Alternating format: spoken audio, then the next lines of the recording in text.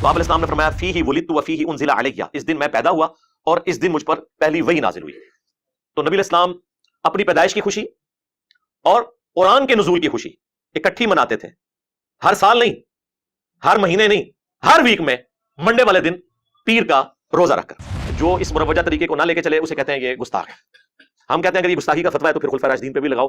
اس طریقے سے اگر میلاد منانا ہے، اور ہمیں بتاؤ کہ مولا علی علیہ السلام جب 5 سال تک کوفے میں رہے، جو تینوں خلفاء کے ساتھ رہے، کوئی حدیث چھپی ہوئی تھی تو ان کو تو پتہ چل گئی ہوگی، تو کوفے کی جامع مسجد میں ہر سال جو محفل میلاد ہوتی تھی اس میں نعت کون پڑھتا تھا، اس میں تلاوت کون کرتا تھا، اور جلوس کی قیادت کون کرتا تھا، اور عمار بن یاسر کی کس سبیل کے اوپر ڈیوٹی ہوتی تھی، اور حضرت حسن و حسین جو ہے وہ کون سا لنگر اس وقت تقسیم کرتے تھے۔ جب ہم یہ باتیں کرتے ہیں تو کہتے ہیں ایک نہیں گلا کر رہے ہیں۔ ظاہر ہے بھی جب آپ دلائل لے کے چل رہے ہیں تو پھر ہم آپ سے کہیں گے کہ پھر معاملہ وہاں سے سٹارٹ کریں جہاں سے شروع ہوا۔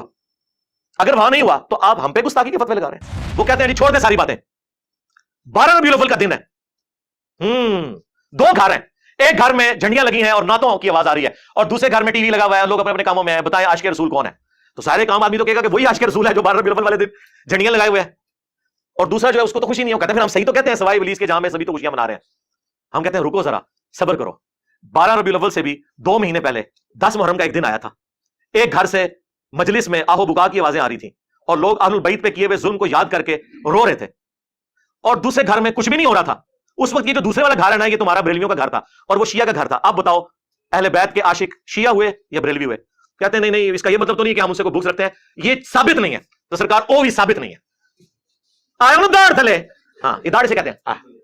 کئی لوگ مجھے داڑھ کیوں دی، یہ جناب جو آخر میں جو داڑھ ہے نا، ہاں یہ داڑھ کا لفظ نبی اسلام نے بھی یوز کیا ہے، ابو داؤد، ترمذی، ابن ماجہ میں۔ میرے بعد تم بہت اختلاف دیکھو گے، اس وقت علیکم بسنتی وسنت الخلفاء الراشدین المہدیین، تم میری سنت اور میرے خلفاء راشدین کی سنت کو لازم پکڑ لینا اور اپنی داڑھوں سے اسے پکڑ لینا۔ ہم نے سنت بھی داڑھوں سے پکڑی ہے اور ان کے بازوں کو بھی داڑھوں کے نیچے لے کے، وہ کسی اور نیت میں پکڑی ہے، کسی اور نیت میں، الحمدللہ۔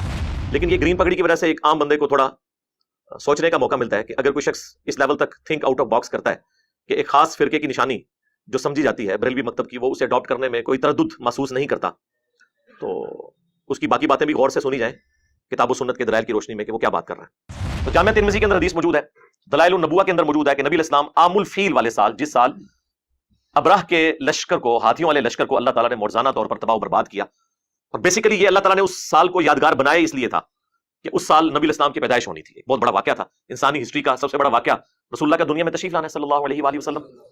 المستدرک للحاکم میں یہ حدیث موجود ہے، المعجم الکبیر طبرانی میں بھی، کہ نبی علیہ السلام نے فرمایا کہ اللہ تعالیٰ میری امت کو کبھی بھی گمراہی پر جمع نہیں ہونے دے گا، جماعت پہ اللہ کا ہاتھ ہے۔ جماعت سے مراد یہ پارٹیاں نہیں، یعنی پوری امت جس چیز کو صحیح سمجھ رہی ہوگی وہ درست ہوگی۔ اس حد تک تو امت صحیح سمجھتی ہے کہ محرم میں اہل البیت کا ذکر ہو، رمضان میں رمضان کا ذکر ہو، روزوں کا ذکر ہو، اس کے مسائل بیان ہو، ربیع الاول کے موقع پر نبی الاسلام کی شخصیت کو ڈسکس کیا جائے۔ جو بند اور اہل حدیث نے تو جھوٹ مشہور کر دیا کہ 12 ربیع الاول وفات کا دن ہے، بریلویوں سے جان چھڑانے کے لیے اس پہ بھی رہتے تو چلے کوئی بات ہضم ہو جاتی، لیکن وہ پھر اس میں اس سے بھی آگے گئے، انہوں نے کہا کہ یہ تو غم کا دن تھا اور بریلوی اس دن خوشی منا رہے ہیں۔ اچھا ادھر تو یہ بات کرتے ہیں، جب ہم 10 محرم کے اوپر اہل البیت کا ذکر کریں تو کہتے ہیں نہیں سوگ تو 3 دن ہوتا ہے، غم منانے کی ضرورت ہی نہیں ہے، تو کسی کی جگہ دیکھ لو وہ یار۔ تو ایک طرف آپ کہتے ہیں غم منانے کی ضرورت نہیں ہے، دوسری جگہ آپ کہتے ہیں یہ تو غم کا دن ہے، اور وہ عجیب سا ایک بڑا دردناک سا میسج بھی وہ فلوٹ کرواتے ہیں جی کہ اس دن مدینے کی گلیوں میں جو ہے وہ غم کی کیفیت تھی صحابہ کرام پہ، اور یہ دیکھو یہ جھنڈیاں لگا رہے ہیں۔ پہلی بات ہے کہ تمہارے کس بندے نے، کس روحانی ابے نے تمہیں یہ پڑھایا کہ نبی علیہ السلام 12 ربیع الاول کو فوت ہوئے ہیں؟ یہ دنیا کی کس کتاب میں لکھا ہوا ہے؟ اس کتاب کا ذرا ہمیں نام بتا دیں، کس حدیث کی کتاب میں، کس سیرت کی کتاب میں یہ بات لکھی ہوئی ہے؟ جھوٹ بولا، اور میں نے بخاری اور مسلم سے ثابت کیا ہے کہ نبی علیہ السلام 12 ربیع الاول کو فوت نہیں ہوئے۔ فالذین آمنوا بہ، پس جو بھی پھر اس نبی پر ایمان لے کر آئے، وعزروہ، اور ان کی عزت کرے، ونصروہ، اور ان کی مدد کرے، واتبعوا النور الذی انزل معہ، اور پیروی کرے اس نور کی جو ان کے ساتھ نازل ہوا، یعنی قرآن، اولئک هم المفلحون، تو ایسے ہی لوگ ہوں گے پھر فلاح پانے والے۔ یعنی اہل ایمان کی رسپانسبلٹی ہے سب سے پہلے کہ نبی الاسلام کی عزت کرنی ہے، اس کے بعد ان کی مدد کرنی ہے دین کے معاملے میں۔ ظاہر نبی الاسلام تو اللہ کے ریپرزینٹیٹو بن کے آئے نا اس پلانٹ ارتھ پہ، اور اس کے بعد جو ان کے ساتھ کتاب نازل ہوئی ہے اس کی پیروی کرنی ہے، تب آپ ہوں گے کامیاب۔ یہ ہے میلاد کا مقصد منانے کا، کہ نبی الاسلام کے مشن کو آپ نے آگے لے کر چلنا ہے۔ جو کام آج سے 800 سال پہلے اور رسول اللہ کی وفات کے 600 سال بعد شروع ہو، اس کام کو اس طریقے سے نہ کرنے والا گستاخ رسول کیسے ہو سکتا ہے؟ اور اس پر آپ یہ کیسے شعر پڑھ سکتے ہیں کہ سوائے ابلیس کے جہاں میں سبھی تو خوشیاں منا رہے ہیں؟ ویسے تو کہتے ہیں ہم اسے مستحب سمجھتے ہیں، لیکن اس کے ساتھ ایمان جوڑ دیا ہوا ہے، جو چیز شروع 600 سال بعد ہوئی، اور یہ 7ویں صدی ہجری مسلمانوں پہ استاد بن کے ٹوٹی، سنیوں نے تو مسلمانوں پہ یہ ظلم کیا کہ مروجہ طریقہ یہ شروع کیا.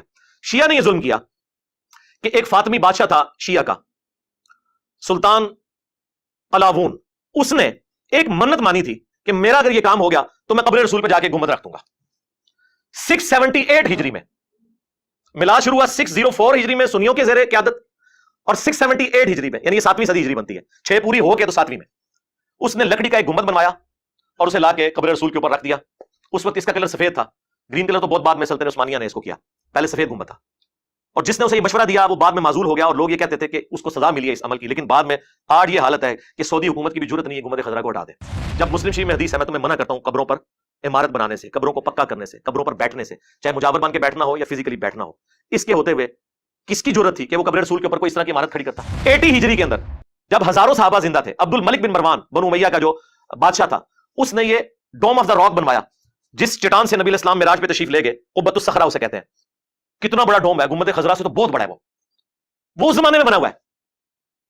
اور اس سے بھی پیچھے آپ چلے جائیں، سیدنا عمر کے زمانے میں جب رومن امپائر آج کا اربوں ڈالر جزیہ دے رہی تھی مسلمانوں کو، تو حضرت عمر تو سونے کا گنبد بنا کے رکھ سکتے تھے. ٹیکنالوجی موجود تھی.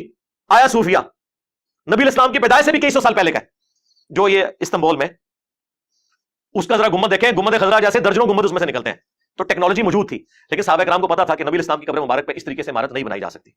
اب وہ گنبد بنا بعد میں ہے، اور آج اس لیول پہ جو بندہ اس کے بارے میں بولے اسے گستاخ رسول کہتے ہیں. پھر وہ کہتے ہیں دیکھیں قرآن میں آیا وَأَمَّا بِنِعْمَةِ رَبِّكَ فَحَدِّثْ، اپنے رب کی نعمتوں کا خوب چرچا کرو. تو رسول اللہ سے بڑی کون سی نعمت ہے؟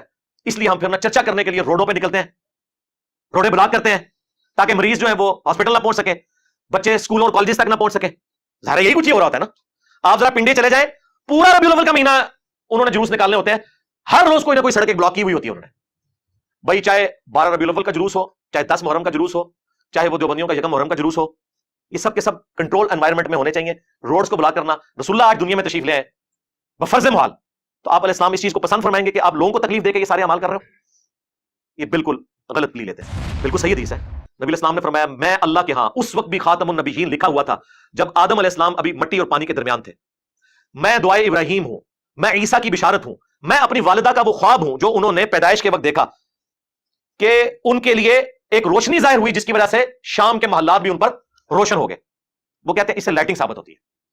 نبی علیہ السلام کی والدہ محترمہ کو اللہ تعالیٰ نے یہ بشارت دی تھی کہ آپ سے وہ بچہ پیدا ہوگا کہ جس کا دین، جس کی حکومت بالآخر اس وقت کی سب سے بڑی سپر پاور رومن امپائر کو بھی سپر سیڈ کر جائے گی. یہ ایک بشارت تھی. اس سے نبی علیہ السلام کے گھر والوں نے، اہل البیت نے یا خلفائے راشدین نے کبھی رزلٹ نہیں نکالا کہ وہ 12 ربیع الاول کے اوپر لائٹنگ کروانا شروع کرتے. حالانکہ اس وقت بھی دیے مسجدوں میں جلتے تھے، لیکن کوئی ایسا رزلٹ نہیں نکالا گیا. ایک اور بڑا حربہ جس سے وہ دیوبند اور اہل حدیث کو قابو کرتے ہیں، وہ کہتے ہیں تمہارے ابے نے لکھا ہے، ابن تیمیہ نے اقتداء الصراط المستقیم میں، کہ میلاد بنانا اگرچہ بدعت ہے لیکن اس کے پیچھے چونکہ نیت اچھی ہے لہذا ثواب ملے گا. میں جب نیا نیا اہل حدیث کی طرف گیا نا، تو بس یہ چند ایک باتیں تھی جن کی وجہ سے مجھے سمجھ آ گئی کہ آپ فرقہ اڈاپٹ کریں گے تو آپ کی چمڑی اترے گی. تو مجھے آج بھی یاد ہے، میں وہ اہل حدیث کی مسجد میں بیٹھا ہوا، یہ 2008 کی بات کر رہا ہوں، آج سے 14 سال پہلے. اس وقت ہمارا یہ عربی والا فتنہ بس جیرم شہر تک ہی تھا. میرے پاس کچھ بریلوی آ گئے اور انہوں نے کہا کہ یہ دیکھیں آپ کے ابن تیمیہ لکھے. میں نے کہا میرا کون سا ابن تیمیہ بھائی، ہمارا تو امام وہ ہے جس کی قبر مدینے میں ہے صلی اللہ علیہ وسلم. اچھا وہ ایکسپیکٹ کر رہے تھے کہ یہ باطل تعویلات کرے گا اور اس طرح کرے گا. میں نے کہا یار غلط لکھا اس نے. بدعت اگر کسی چیز کو آپ کہہ دیں اس کے بعد آپ اس کی حسن نیت پہ ثواب کی بشارت نہیں کہہ سکتے، کیونکہ نبی علیہ السلام نے فرمایا کل بدعۃ ضلالہ وکل ضلالۃ فی النار. الحمد للہ رب العالمین والصلاة والسلام علی سید الانبیاء والمرسلین وعلی آلہ واصحابہ وازواجہ وامتہ اجمعین الی یوم الدین.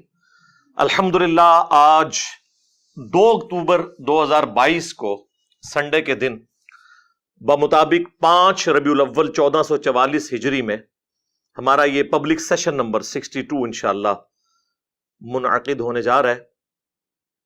آپ کے سوالات ریئل ٹائم یہ پرچیوں کی شکل میں میرے پاس آ چکے ہیں، لیکن انہیں ہم بعد میں ڈسکس کریں گے چونکہ ربیع الاول کا مہینہ شروع ہو چکا ہے. لہٰذا میں نے سوچا کہ ایک چھوٹی سی محفل میلاد یہاں پہ بھی ہو جائے، اس حوالے سے کہ جو چیزیں اس کے ساتھ جڑی ہوئی ہیں اور مسلمانوں کے بنیادی عقائد ہیں جن کی وجہ سے مسلمانوں میں اس لیول کی فرقہ واریت ہے کہ لوگ ایک دوسرے کے اوپر فتوے لگاتے ہیں. تو اس کانٹیکسٹ میں جتنی موٹی موٹی چیزیں ہیں 20-25 کے قریب میں انہیں مختصر ڈسکس کر لوں تاکہ ایز اے نالج آپ کے پاس وہ چیزیں جمع ہو جائیں. سب سے پہلے تو بعض لوگوں کے لیے بڑا شاکنگ ہوگا کہ میں نے گرین پگڑی کیوں پہنی ہے. گرین پگڑی سے تو ہمیں کبھی بھی کوئی اختلاف نہیں رہا قرآن و سنت کی دلائل کی روشنی کے اندر. البتہ یہ بات ضرور ہے کہ نبی الاسلام سے صرف گرین کلر کے کپڑے پہننا ثابت ہے. ابو داؤد کے اندر، ترمذی کے اندر حدیث موجود ہے کہ نبی صلی اللہ علیہ وآلہ وسلم نے 2 سبز چادریں لباس کے طور پر استعمال کی، ایک تہبند کے طور پر اور دوسری اوپر چادر کے طور پر، کرتے کا ایکویلنٹ. یعنی جو احرام کا لباس ہے یہ نبی الاسلام کا عمومی لباس بھی ہوا کرتا تھا. تو یہ تو اصل ہے اس حوالے سے. باقی قرآن میں تو آپ کو پتا ہے کہ جنتیوں کا جو لباس ہے وہ گرین کلر کا ہوگا، سبز رنگ کا. اللہ تعالیٰ کو بھی سبز رنگ پسند ہے، جس کا ثبوت جو ہے وہ یہ ساری زمین میں پھیلی ہوئی گرینری ہے درختوں کی شکل میں. تو چونکہ کچھ عرصہ تک یہ ایک جماعت کا لیبل رہا، برانڈ کے طور پر رہا، اس لیے ہم نے کوشش کی کہ اسے اوائڈ کیا جائے. اب چونکہ وہ اس سے دستبردار ہو چکے ہیں اس لیول تک کہ وہ اب دوبارہ گرین پگڑی نہ پہنتے ہیں نہ اس کا نام لیتے ہیں.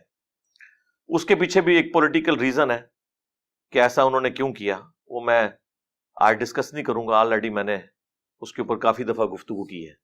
بہرحال گرین کلر کی پگڑی نبی الاسلام سے اگرچہ ثابت نہیں کسی صحیح سند کے ساتھ، لیکن چونکہ ایز اے لباس ثابت ہے تو لباس جس رنگ کی ممانعت نہ آئی ہوئی ہو اس کلر کا لباس پہننا یا پگڑی پہن لینا یا رومال پہن لینا.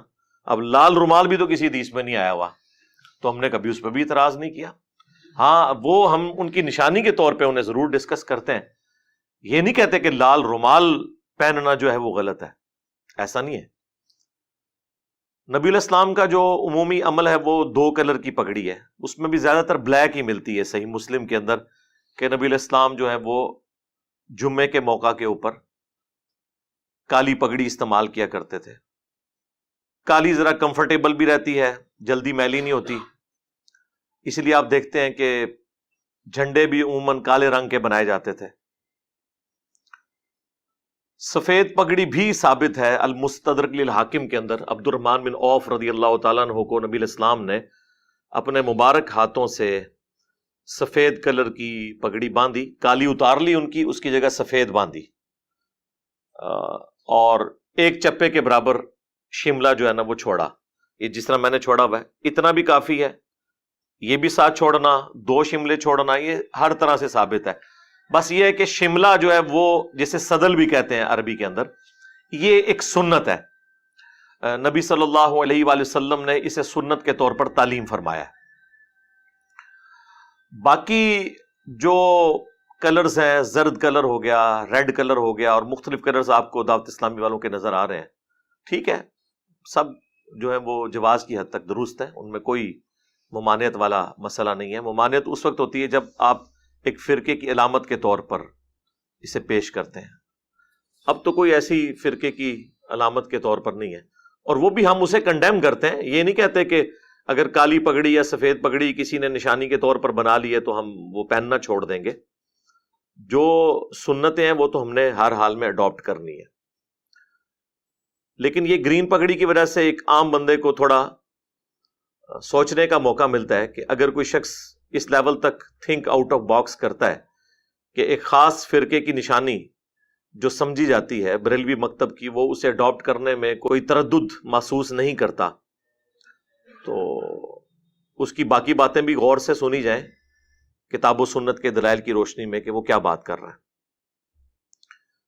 تو آج کی گفتگو کی طرف آتے ہیں. میں نے کچھ پوائنٹس بس اشارتاً نوٹ کر لیے تھے تاکہ کوئی چیز رہ نہ جائے. سب سے ضروری چیز کہ نبی صلی اللہ علیہ وآلہ وسلم کی پیدائش کا جو مہینہ، سال اور دن کون سا ہے. دیکھیں عیسوی اعتبار سے جو اس وقت چل رہا ہے، جسے اے ڈی بھی ہم کہتے ہیں، اینو ڈومینی، ایئر آف دا لارڈ، یعنی حضرت عیسیٰ علیہ السلام کی پیدائش کا سال. عوام میں تو مشہور ہے کہ یہ after death of Jesus Christ ہے، یہ بالکل غلط ہے، ایسا نہیں ہے. اس کا مطلب ہے لیٹن زبان کا یہ ورڈ ہے ایئر آف دا لارڈ، آقا کی پیدائش کا سال. اب چونکہ زیادہ تر ایتھیزم کا زور ہے، بلکہ ایتھیزم بھی نہیں کہنا چاہیے، سیکولرزم، جس میں مذہب کی کوئی اتنی امپورٹنس نہیں ہے، تو اس کے ایکویلنٹ انہوں نے ایک ورڈ اب ڈیوائز کیا ہے، سی ای، کامن ایرا، اور B C E, before common era, یہ کامن ایرا بھی ہم بول دیتے ہیں اردو میں. ویسے جو شروع سے چل رہا تھا وہ اے ڈی اور بی سی تھا، بیفور کرائسٹ اور اے ڈی اینو ڈومینی، یعنی جس سال حضرت عیسیٰ پیدا ہوئے. تو ہمیں یہ فخریہ طور پر اے ڈی لفظ کو یوز کرنا چاہیے، اس کا تعلق ایک پیغمبر کے ساتھ ہے. اس اعتبار سے نبی الاسلام کی جو پیدائش کا سال ہے وہ 571 ہے، جو آج 2 اکتوبر 2022 ہے. تو یہ جو ہمارا سن عیسوی چل رہا ہے، اس میں نبی الاسلام کی پیدائش کا سال 571 اے ڈی ہے، بمطابق 22 اپریل، جو کیلکولیشن سے پتا چلتا ہے. اور آپ کی ڈیتھ کا جو ایئر ہے وہ 632 ہے، 8 جون 632 عیسوی. عرب کے اندر اس وقت سال نہیں چلتے تھے، بلکہ بڑے بڑے ایونٹس کے ذریعے سالوں کو یاد رکھا جاتا تھا. نبی الاسلام کی پیدائش جس سال ہوئی اس سال بہت بڑا ایونٹ ہوا، عام الفیل والا واقعہ، جو قرآن میں بھی اللہ تعالیٰ نے رپورٹ کیا. ابراہ کا لشکر اللہ تعالیٰ نے برباد کر دیا تھا، جو خانہ کعبہ کے اوپر چڑھائی کے لیے آیا تھا. نبی الاسلام اس سال پیدا ہوئے. تو عرب کے لوگ کسی کی پیدائش کو یاد رکھنے کے لیے کوئی بڑا ایونٹ یاد رکھتے تھے، اور پھر وہ کہتے تھے کہ فلاں شخص اس سال پیدا ہوا، یا اس سے اتنے سال پہلے پیدا ہوا، یا اس سے اتنے سال بعد پیدا ہوا. جس طرح ہمارے پاکستان میں بھی میں سمجھتا ہوں 2005 کا جو زلزلہ ہے وہ ایک بہت بڑا بینچ مارک ہے. اس ایونٹ کے اعتبار سے لوگ بات کرتے ہیں. ہمارے جہلم شہر میں 1992 میں بہت بڑا سیلاب آیا تھا. اب کئی ایسے بچے ہیں جن کی مائیں جب ان کا تعارف کرواتی ہیں تو کہتی ہیں سیلاب والے سال پیدا ہوا. ایسی ظاہر ہے وہ بہت بڑا ایونٹ تھا جہلم کے لیے. ایون آج بھی میں آپ کو بتا رہا ہوں کہ یہ حوالے استعمال ہوتے ہیں. تو جامعہ ترمذی کے اندر حدیث موجود ہے، دلائل النبوہ کے اندر موجود ہے کہ نبی علیہ السلام عام الفیل والے سال، جس سال ابراہ کے لشکر کو، ہاتھیوں والے لشکر کو اللہ تعالیٰ نے معجزانہ طور پر تباہ و برباد کیا.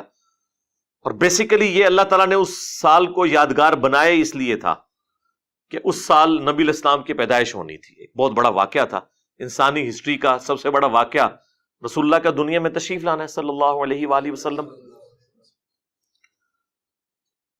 تو آپ صلی اللہ علیہ وآلہ وسلم اس سال پیدا ہوئے. اب آپ کی پیدائش کا جو دن ہے اس کے اوپر تو کنسنسس ہے کہ وہ منڈے کا دن ہے. وہ صحیح مسلم کے اندر حدیث موجود ہے، نبی علیہ السلام منڈے کا روزہ رکھتے تھے. پوچھا گیا آپ روزہ کیوں رکھتے ہیں؟ صحیح مسلم میں 2750 نمبر حدیث ہے، کنٹینیوس نمبرنگ میں. تو آپ علیہ السلام نے فرمایا فیہ ولدت وفیہ انزل علیہ، اس دن میں پیدا ہوا اور اس دن مجھ پر پہلی وحی نازل ہوئی. تو نبی علیہ السلام اپنی پیدائش کی خوشی اور قرآن کے نزول کی خوشی اکٹھی مناتے تھے. ہر سال نہیں، ہر مہینے نہیں، ہر ویک میں منڈے والے دن پیر کا روزہ رکھ کر. اچھا، اب تاریخ کیا تھی اس کے حوالے سے ہمارے پاس جو سب سے یعنی قریبی کوئی اگر مواد ملتا ہے تو وہ دلائل النبوہ امام بیہقی کی کتاب میں محمد بن اسحاق تابعی کا قول ہے، جو انس ابن مالک کے شاگرد ہیں، 150 ہجری میں فوت ہوئے. وہ کہتے ہیں کہ نبی علیہ السلام عام الفیل والے سال 12 ربیع الاول کو منڈے کے دن پیدا ہوئے. اور آلموسٹ یہی الفاظ شیعہ کے ہاں اصول الکافی، جس طرح ہمارے ہاں صحیح بخاری ہے، ان کی جو حدیث کی ٹاپ آف لسٹ کتاب ہے اصول الکافی، اس میں جو 110 نمبر چیپٹر ہے وہ نبی علیہ السلام کی پیدائش سے متعلق ہے. اس میں بھی موجود ہے کہ نبی علیہ السلام 12 ربیع الاول کو پیدا ہوئے. لہذا منڈے کا دن 12 ربیع الاول کی تاریخ یہ اہل سنت اور اہل تشیع کے ہاں کتابوں کی حد تک تو ایگریڈ اپان ہے. پریکٹیکلی شیعہ جو ہے وہ 17 ربیع الاول کو منا رہے ہیں. اہل سنت میں جو بریلوی مکتب ہے وہ 12 ربیع الاول کو ایمفیسائز کرتا ہے، جبکہ اہل حدیث اور دیوبند 9 ربیع الاول کی بات کرتے ہیں. اپنے اپنے طریقے سے سارے منا ہی رہے ہوتے ہیں. کوئی اسے امام الانبیاء کانفرنس کہہ کے مناتا ہے، کوئی سیرت النبی کانفرنس کے ذریعے، کوئی میلاد مصطفیٰ کانفرنس کے ذریعے صلی اللہ علیہ وآلہ وسلم. بہرحال اس کے اوپر اتنا تو کنسنسس ہو چکا ہے کہ ربیع الاول کے مہینے میں ہمیں نبی علیہ السلام کی سیرت کو، آپ کے کردار کو، آپ کے معجزات کو، آپ کے دنیا میں آنے کے مقصد کو ڈسکس کرنا ہے. جمعے کے خطبوں کے اندر تمام مکاتب فکر کے لوگ ڈسکس کرتے ہیں اور اس پہ اجماع ہو چکا ہے. تو اجماع خود بہت بڑی دلیل ہے. المستدرک للحاکم میں یہ حدیث موجود ہے، المعجم الکبیر طبرانی میں بھی، کہ نبی علیہ السلام نے فرمایا کہ اللہ تعالیٰ میری امت کو کبھی بھی گمراہی پر جمع نہیں ہونے دے گا. جماعت پہ اللہ کا ہاتھ ہے. جماعت سے مراد یہ پارٹیاں نہیں، یعنی پوری امت جس چیز کو صحیح سمجھ رہی ہوگی وہ درست ہوگی. اس حد تک تو امت صحیح سمجھتی ہے کہ محرم میں اہل البیت کا ذکر ہو، رمضان میں رمضان کا ذکر ہو، روزوں کا ذکر ہو، اس کے مسائل بیان ہو، ربیع الاول کے موقع پر نبی علیہ السلام کی شخصیت کو ڈسکس کیا جائے. باقی یہ جو کچھ اپنے اپنے انداز میں جو میلاد منایا جا رہا ہے دنیا کے مختلف کونوں کے اندر،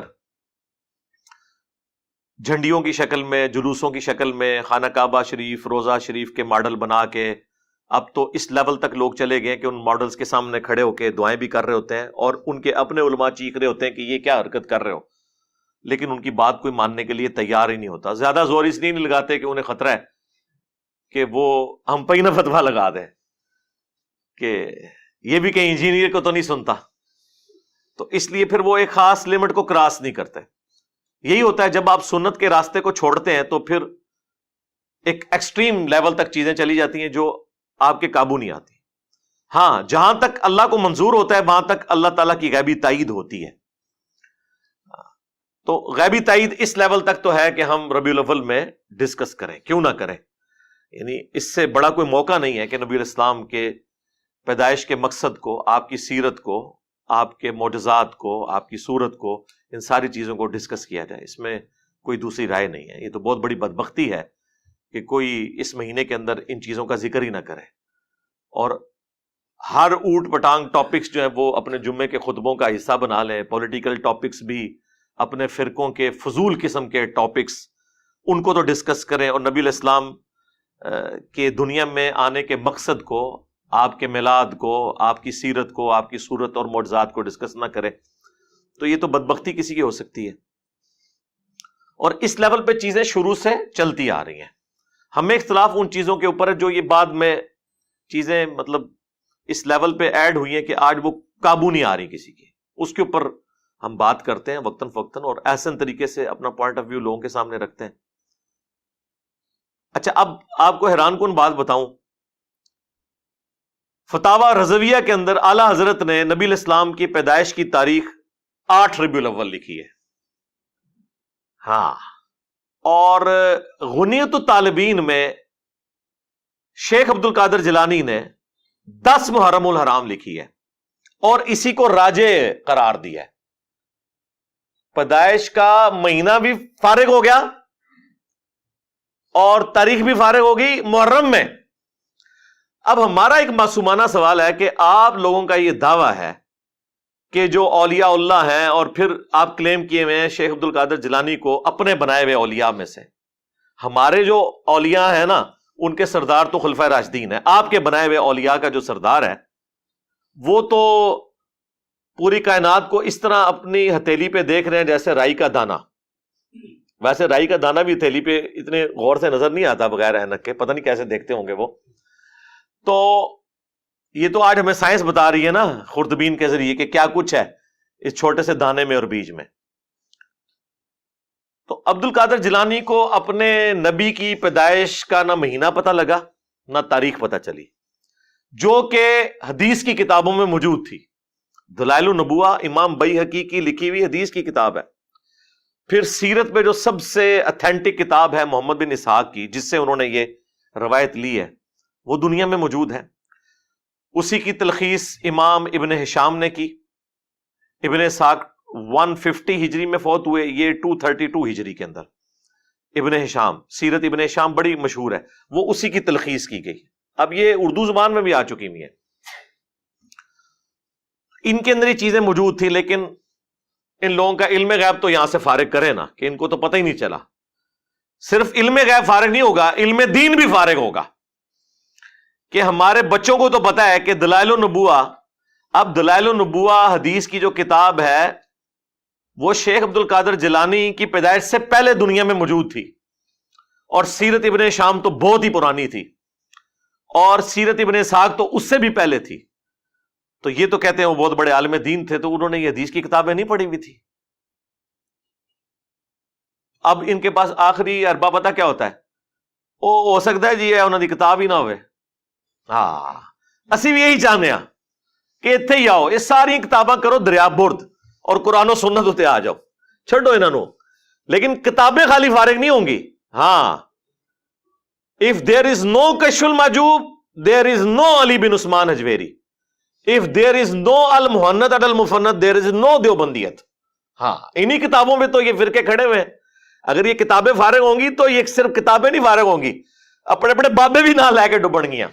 ہاں، اسی لیے تو ان کتابوں کا دفاع کرتے ہیں۔ یہ انہیں پتہ ہے کہ اگلا سٹیپ ہم سے انہوں نے یہ بنوانا ہے کہ اچھا کتاباں فارغ تھے، بابے بھی فارغ، حالانکہ بابے تو فارغ ہو گئے، انہیں کتاباں دی روشنی سے فارغ ہو گئے۔ یہ اس طرح کی چیزیں یعنی پبلک میں چونکہ چل رہی ہوتی ہیں، اس لیے میں نے اسے ڈسکس کیا۔ ڈاکٹر ذاکر نائک نے کئی سال پہلے ایک لیکچر دیا تھا، سملیرٹیز بٹوین ہندوازم اینڈ اسلام۔ اس میں انہوں نے ہندوؤں کی کتاب کلکی پرانا سے یہ ثابت کیا تھا کہ اس میں بھی جو آخری کلکی آئیں گے، آخری اوتار آئیں گے نبی صلی اللہ علیہ وآلہ وسلم، وہ بہار کے مہینے کے دوسرے عشرے کی دوسری تاریخ کو پیدا ہوں گے، اور ربیع الاول، ربیع جو ہے وہ بہار کو ہی کہا جاتا ہے، اس کا دوسرا عشرہ اور اس کی دوسری تاریخ 12 ربیع الاول ہی بنتی ہے۔ اب نبی الاسلام کی وفات کا دن دیوبند اور اہل حدیث نے تو جھوٹ مشہور کر دیا کہ 12 ربیع الاول وفات کا دن ہے، بریلویوں سے جان چھڑانے کے لیے۔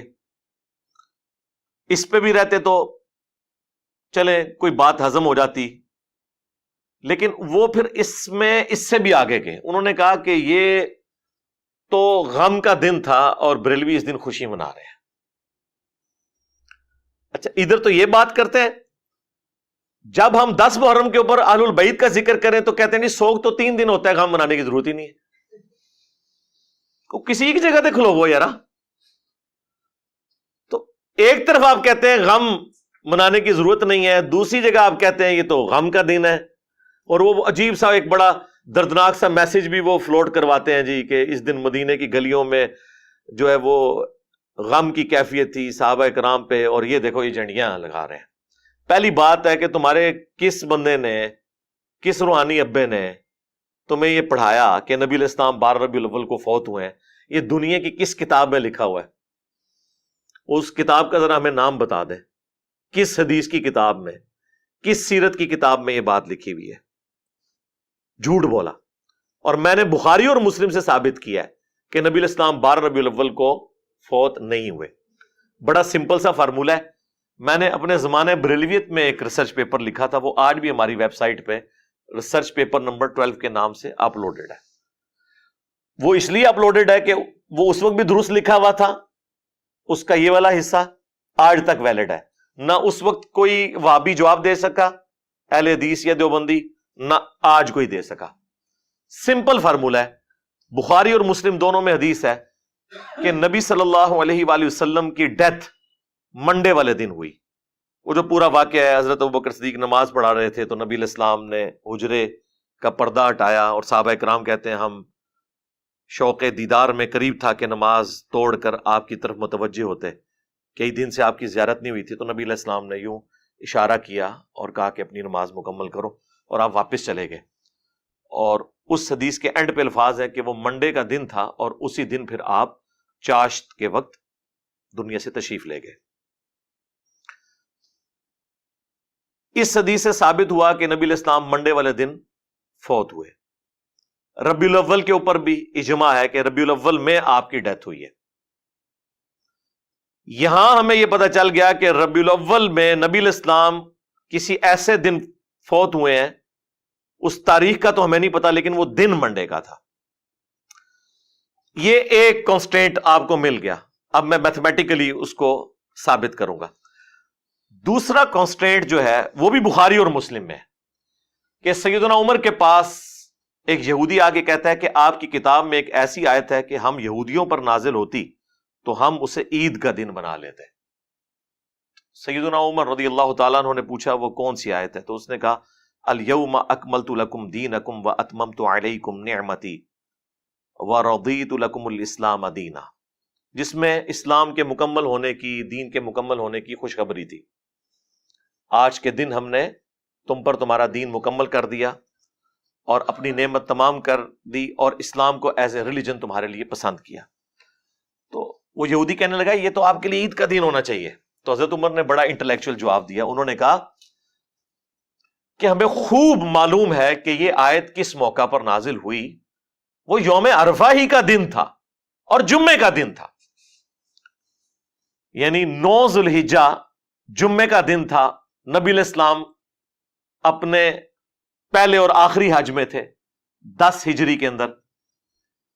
تو بیسیکلی حضرت عمر نے اسے یہ جواب دیا کہ بھائی جو تم کہہ رہے ہو نا عید کا دن، تو وہ جمعے کا ہی دن تھا اور یوم عرفہ کا دن تھا.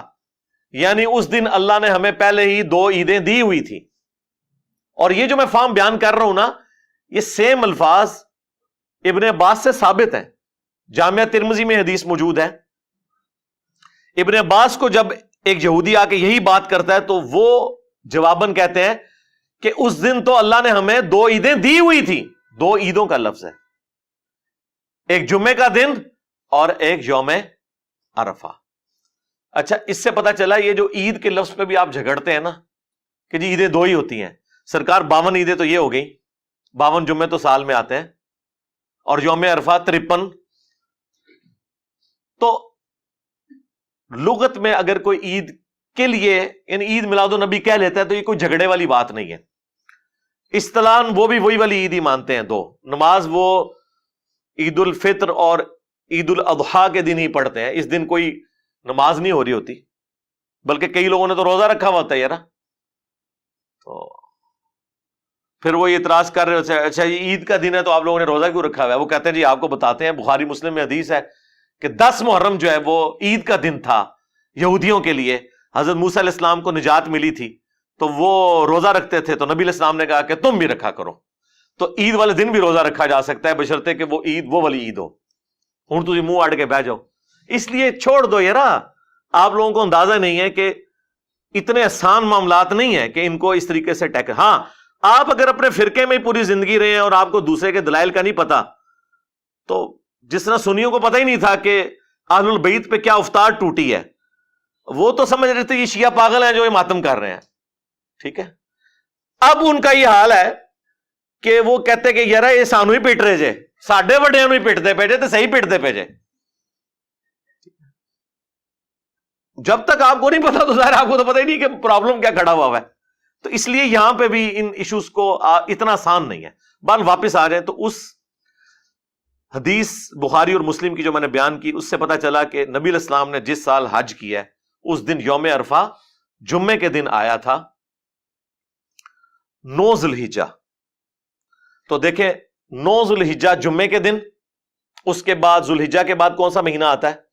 محرم، پھر سفر، اور پھر ربیع الاول. تو بیسیکلی تو 3 ہی مہینے انوالو ہوئے. یہ چوتھے کو بھی چلے بیچ میں شامل کر لیں. یہ جو 3 مہینے ہیں نا جن کے چاند دیکھے گئے ہیں وہ کون کون سے ہیں؟ محرم، سفر اور ربیع الاول. یہ تینوں مہینے 30 کے رکھ لیں، تینوں 29 کی رکھ لیں. حالانکہ 3 کٹھے 29 اور 30 کے نہیں ہوتے. 2/29/1/30, 1/29/2/30 کوئی بھی کمبینیشن بنا لیں اور آپ گننا شروع کریں کہ 9 ذوالحجہ کو جمعہ تھا، 10 ذوالحجہ کو ہفتہ ہوا، یوں کرتے کرتے آپ ربیع الاول تک جب پہنچیں گے نا، اور چاروں جو پاسبل آپ کی بنتی ہیں کیلکولیشنز کہہ لیں یا آئٹریشنز پرفارم جو کرنی ہے وہ آپ کر لیں، تو آپ دیکھیں گے کسی کیلکولیشن میں بھی حیران کن بات ہے کہ 12 ربیع الاول منڈے والے دن نہیں بن رہی ہوگی، یا وہ جمعے والے دن بن رہی ہوگی، یا وہ ہفتے والے دن بن رہی ہوگی، یا اتوار کو بن رہی ہوگی، منڈے کو نہیں بن رہی، جبکہ بخاری مسلم سے ہمیں پتا چلا کہ وہ منڈے کا دن تھا، تو اس کا مطلب ہے کہ 12 تو نہیں تھا، اس کے علاوہ کوئی اور دن ہو سکتا ہے۔ یہ ریسرچ پیپر میں نے 2001 میں لکھا تھا، 8 سے 21 سال پہلے، لکھ کے سارے وہابیوں کو بھیجا، چاہے وہ اہل حدیث تھے، دیوبندی تھے، کہ اس کا جواب دو۔ بڑے بڑے مدارس میں لوگ لے کے گئے، ایک ایک ہفتہ مانگا، لیکن آج 21 سال گزر چکے ہیں، جواب نہیں آیا۔ شیخ زبیر لذیذ صاحب سے میری 2008 میں بات ہوئی تو وہ مجھے کہنے لگے میرے پاس بھی آیا تھا، تو میں نے کہا آپ ہی جواب لکھ دیتے۔ کہتے جواب کیا لکھتے، صحیح لکھا ہوا تھا، لیکن خاموشی اختیار کر لی۔ ہونا تو چاہیے تھا کہ اگر صحیح لکھا تھا تو کہتے کہ ٹھیک لکھا ہوا ہے۔ بہرحال انہوں نے جو اپنی کتاب فضائل درود و اسلام جو ترجمہ کیا انہوں نے فضل الصلاۃ علی النبی کا، قاضی اسماعیل کی کتاب کا، اس کے اینڈ پہ انہوں نے نبی الاسلام کی نا مختصر سی سیرت 2 صفحات کے اوپر لکھی ہے۔ اس پہ اینڈ پہ انہوں نے لکھا ہے کہ نبی الاسلام 11 ہجری میں منڈے کے دن ربیع الاول میں فوت ہوئے، 12 تاریخ نہیں لکھی، یعنی ان کو سمجھ آ گئی۔ اب آ جائیں جو لوگ مروجہ طریقے سے اس ایشو کو لے کے چل رہے ہیں، وہ یہ کہتے ہیں کہ جی اس کی اصل قرآن کے اندر موجود ہے۔ اللہ تعالیٰ نے سورہ یونس میں فرمایا قُلْ بِفَضْلِ اللَّهِ وَبِرَحْمَتِهِ فَبِذَلِكَ فَلْيَفْرَحُوا، کہ اے نبی تم فرماؤ کہ اللہ کے فضل اور رحمت کے ملنے کے اوپر خوشیاں مناؤ، اور یہ اس سے بہتر ہے جو تم نے دنیا کا متاع جوڑ رکھا ہے۔ وہ کہتے ہیں کہ جی قرآن کا واضح فتویٰ ہے کہ اللہ کا فضل اور رحمت ملے تو خوشیاں مناؤ۔ وہ کہتے ہیں اس سے بڑی کیا رحمت ہوگی کہ وما ارسلناک الا رحمتا للعالمین، اور پھر ایسی رحمت اور ایسی نعمت کہ سورہ آل عمران میں اللہ تعالیٰ فرما رہا ہے لقد من اللہ علی المؤمنین اذ بعث فیہم رسولا، بے شک اللہ تعالیٰ کا احسان ہوا ہے مومنین کے اوپر کہ ان میں سے ہی ایک رسول ان میں مبعوث ہوئے، یتلو علیہم آیاتہ ویزکیہم ویعلمہم الکتاب والحکمہ وان کانوا من قبل لفی ضلال مبین، جو ان پر اللہ کی آیات تلاوت کرتے ہیں، ان کا تزکیہ کرتے ہیں، انہیں کتاب و حکمت سکھاتے ہیں، اس سے پہلے یہ کھلی گمراہی میں تھے۔ تو کہتے ہیں کہ یہ اللہ نے وہ احسان کیا جسے قرآن میں احسان کے طور پر بیان کیا ہے، لہٰذا احسان بھی ہے، رحمت بھی ہے، اور قرآن کہہ رہا ہے کہ اللہ کے فضل اور رحمت کے اوپر خوشیاں مناؤ۔ تو اس لیے ہم میلاد اس طریقے سے مناتے ہیں کہ رسول اللہ سے بڑا کوئی احسان نہیں۔ ہم کہتے ہیں رکو ذرا، صبر کرو، بالکل ٹھیک کہہ رہے ہو، لیکن اس طریقے پر مناؤ جو نبی الاسلام نے تعلیم فرمایا ہے۔ صحیح مسلم میں فیہ ولدت وفیہ انزل علیہ، پوچھا گیا پیر کے روزے کے بارے میں، فرمایا اس دن میں پیدا ہوا اور اس دن مجھ پر پہلی وحی نازل ہوئی۔ تو نبی الاسلام نے جشن قرآن اور جشن میلاد منڈے کا روزہ رکھ کر منایا ہے۔ اور مزے کی بات بتاؤں، یہ سورہ یونس کی جو آیات ہے نا، یہ اسپیسیفکلی نزول قرآن کے بارے میں ہے۔ یا ایھا الناس قد جاءتکم موعظۃ من ربکم، یہاں سے یہ سٹارٹ ہوتا ہے، اے لوگو بے شک تمہارے پاس اللہ کی طرف سے واضح و نصیحت والی کتاب نازل ہو گئی جو دلوں کو لگے ہوئے روگ کا علاج ہے اور رحمت ہے مومنین کے لیے۔ پھر ساتھ اللہ نے فرمایا قل بفضل اللہ وبرحمتہ، اللہ کے فضل اور رحمت کے اوپر خوشیاں مناؤ۔ یہ اسپیسیفکلی قرآن کے بارے میں تھا۔ اب آپ اس کو جوڑ لیں صحیح مسلم کی حدیث کے ساتھ کہ نبی الاسلام نے قرآن اور اپنی پیدائش کی خوشی کو جمع کیا اور فرمایا فیہ ولدت وفیہ انزل علیہ، اس دن میں پیدا ہوا اور اس دن مجھ پر پہلی وحی نازل ہوئی۔ جشن قرآن اور جشن میلاد یہ اکٹھے نبی الاسلام نے منائے۔ مجھے بتائیں جو اسپیسیفکلی نبی علیہ السلام نے جس خوشی کا اظہار اپنی پیدائش کے ساتھ کیا وہ قرآن کی خوشی تھی، اور ہمارے علماء ہماری پبلک کو یہ بتاتے ہیں قرآن حدیث ڈائریکٹ نہیں پڑھنا، گمراہ ہو جاؤ گے۔ یہ کون سا جشن قرآن ہے کہ آپ قرآن کی آیات اپنی ہر نماز کی ہر رکعت میں پڑھیں، ایاک نعبد و ایاک نستعین، اور پھر نماز کے بعد آپ بابوں کو پکارنا شروع کر دیں، مرے ہوئے لوگوں کو اللہ کے مقابلے پر ٹھہرا لیں، خواہ بندے کہہ کر ٹھہرائیں خواہ کسی بھی طریقے سے، وہ ہمارے نفع نقصان کے مالک ہی نہیں ہے۔ تو جشن قرآن پریکٹیکلی یہ ہے کہ آپ اس توحید کے اوپر چلیں، اور جشن رسول یہ ہے کہ آپ نبی علیہ السلام کی عظمت اپنے دل میں بٹھائیں اور اس کے بعد نبی علیہ السلام کی جو دعوت ہے اس کو آگے لے کر چلیں۔ یہ ہے کام کرنے کا، اور یہ بات میں اپنی طرف سے نہیں کر رہا۔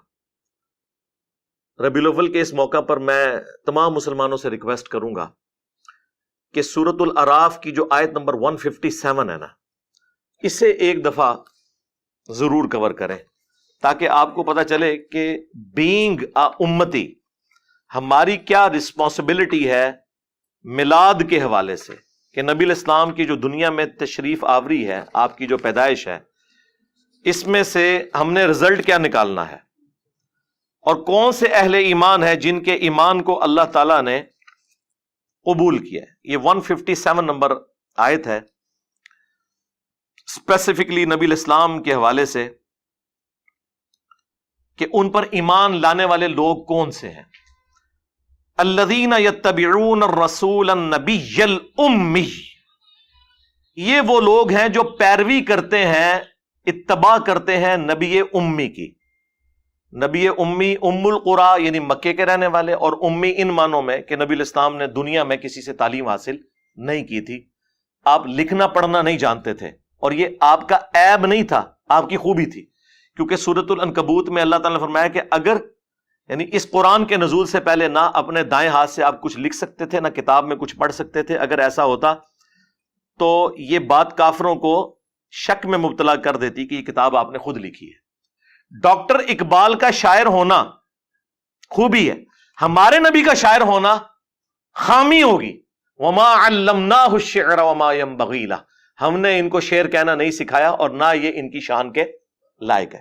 تو نبی علیہ السلام کے شان شان ہی نہیں ہے کہ آپ اپنے دائیں ہاتھ سے کچھ لکھ سکتے یا کتاب میں کچھ پڑھ سکتے۔ یہ نبی علیہ السلام کا معجزہ تھا امی ہونا۔ تو اللہ تعالیٰ فرماتا ہے کہ اہل ایمان وہ ہیں جو پیروی کرتے ہیں اس نبی امی کی، الذی یجدونہ مکتوبا عندہم فی التوراۃ، جسے وہ لکھا ہوا پاتے ہیں اپنے پاس موجود کتاب توراہ میں، والانجیل اور انجیل میں، یأمرہم بالمعروف، جو کہ حکم دیتے ہیں انہیں نیک کاموں کا، وینہاہم عن المنکر، اور برائی سے روکتے ہیں، وَيُحِلُّ لَهُمُ الطَّيِّبَاتِ، اور ان پر حلال کرتے ہیں پاکیزہ چیزیں، اللہ تعالیٰ کے حکم سے شریعت پہنچاتے ہیں، وَيُحَرِّمُ عَلَيْهِمُ الْخَبَائِثِ، اور جو خبیث گندی چیزیں ہیں وہ حرام کرتے ہیں، وَيَضَعُ عَنْهُمْ إِصْرَهُمْ، اور جو ان پر بوجھ پڑے ہوئے تھے نا توہمات کے، وہ ان سے ہٹاتے ہیں، وَالْأَغْلَالَ الَّتِي كَانَتْ عَلَيْهِمْ، اور جو ان کی گردنوں میں توق پڑے ہوئے تھے نا، سپرسٹیشنس اور خام خواہ کی خود ساختہ شریعت جو مشرکین عرب میں چل رہی تھی، وہ یہ نبی ان کی گردنوں سے توق اتارتے ہیں، یہ غلامی کے توق سے ان کو آزاد کرتے ہیں۔ فَالَّذِينَ آمَنُوا بِهِ، پس جو بھی پھر اس نبی پر ایمان لے کر آئے، وَعَزَّرُوهُ، اور ان کی عزت کرے، وَنَصَرُوهُ، اور ان کی مدد کرے، وَاتَّبَعُوا النُّورَ الَّذِي أُنزِلَ مَعَهُ، اور پیروی کرے اس نور کی جو ان کے ساتھ نازل ہوا، یعنی قرآن۔ اولئک هم المفلحون، تو ایسے ہی لوگ ہوں گے پھر فلاح پانے والے۔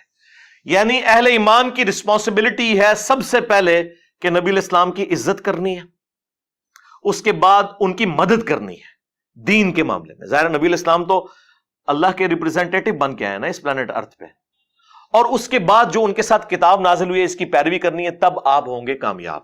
یہ ہے میلاد کا مقصد منانے کا، کہ نبی علیہ السلام کے مشن کو آپ نے آگے لے کر چلنا ہے. اب یہ جو مروجہ سارا سلسلہ ہے یہ 7ویں صدی ہجری کے اندر شروع ہوا. اس سے پہلے دنیا میں اس طریقے سے میلاد نہیں منایا جاتا تھا.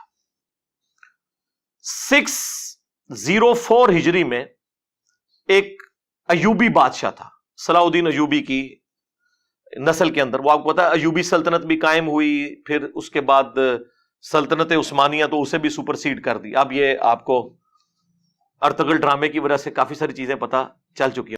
تو 604 ہجری کے اندر الملک المظفر ایک بادشاہ تھا، اس نے یعنی میلاد کے موقع پر علماء کو بلایا اور ایک پروگرام کروایا، اور وہاں پہ کچھ علماء کی اس نے خدمت بھی کی.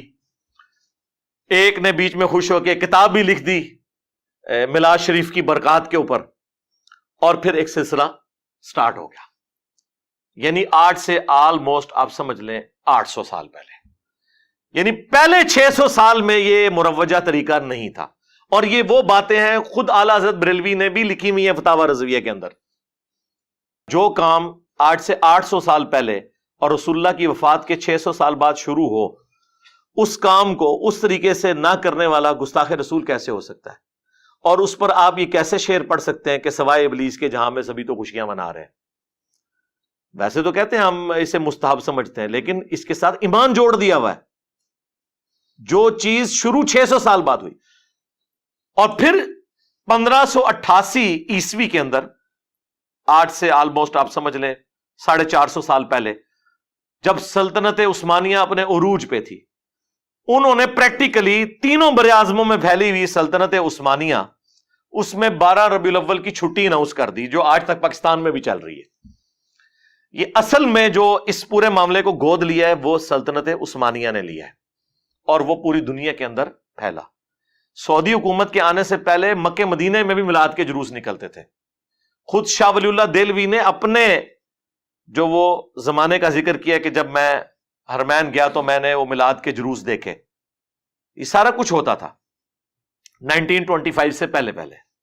اس لیے آپ دیکھیں جب المحند علی المفند لکھی گئی ہے، اس میں ایک اعتراض حسام الارمین میں یہ بھی ہوا تھا کہ یہ میلاد کے لیے قیام کرنے کو بدعت کہتے ہیں.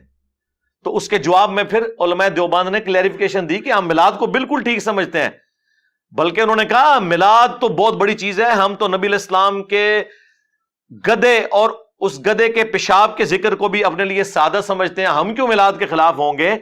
ہم صرف کہتے ہیں کہ میلاد کے موقع پر آپ قیام نہ کریں، باقی پوری مجلس کریں. خیر وہ آپ یہ بھی کرنا چھوڑ گئے ہیں.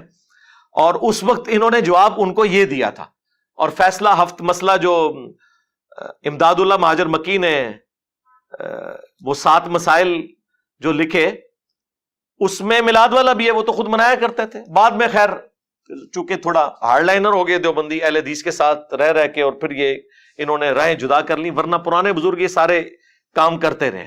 کیونکہ ظاہر سلطنت عثمانیہ ہی کی تو اولاد ہیں یہ سارے حنفی، چاہے بریلوی ہو یا دیوبندی ہو، تو ظاہر حکومتی لیول پہ انہی کے بزرگ تھے. اس وقت سعودی حکومت سے پہلے حرمین بھی سلطنت عثمانیہ کے انڈر تھا، تو وہاں پہ یہ سارے کام ہوتے تھے. اسے کوئی برا نہیں سمجھتا تھا، بلکہ ثواب کا. بلکہ آج بھی مدینہ شریف میں، مکہ شریف میں کتنے عربی ہیں جو لائٹنگ بھی کرواتے ہیں اور بڑے لیول پہ محفل میلاد کرواتے ہیں.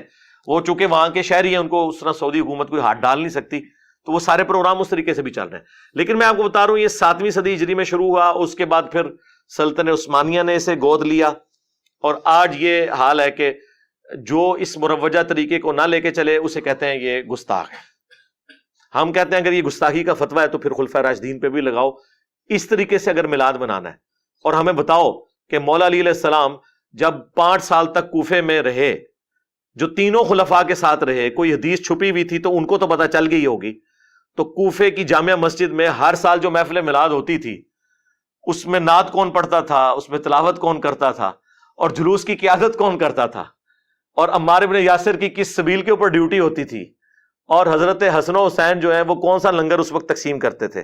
جب ہم یہ باتیں کرتے ہیں تو کہتے ہیں ایک نہیں گلا کر رہے ہیں. ظاہر ہے بھی جب آپ دلائل لے کے چل رہے ہیں تو پھر ہم آپ سے کہیں گے کہ پھر معاملہ وہاں سے سٹارٹ کریں جہاں سے شروع ہوا.